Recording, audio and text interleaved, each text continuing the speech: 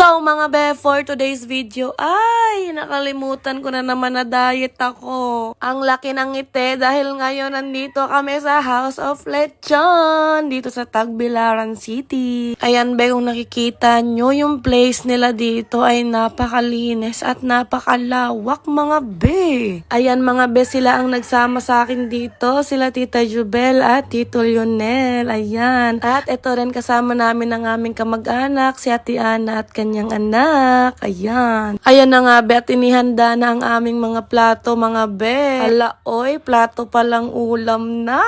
Ay. So, ito na nga be, inihatid na ang mga pagkain mga be. Ayan si Ate Ganda. Ayan nga be, at merong lechon at merong sinigang na isda. At ito na nga si Kuya. Ayan, inihatid na ang dessert. Hala, my favorite. Hala, oy. So, ayan nga be, at hindi papahuli itong pansit mga be, diba? At eto na nga, ang pinaka-favorite part. Kainan na!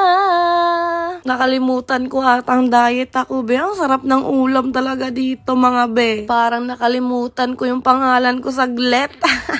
So, ayan mga be, yung sabaw nila napakainit mga be. Kaya syempre, hindi mawawala tong ating iced tea. Inom muna. So, mga be, matapos kong tikman ng lechon ay ito namang isda mga be. Ang sarap nga ng isda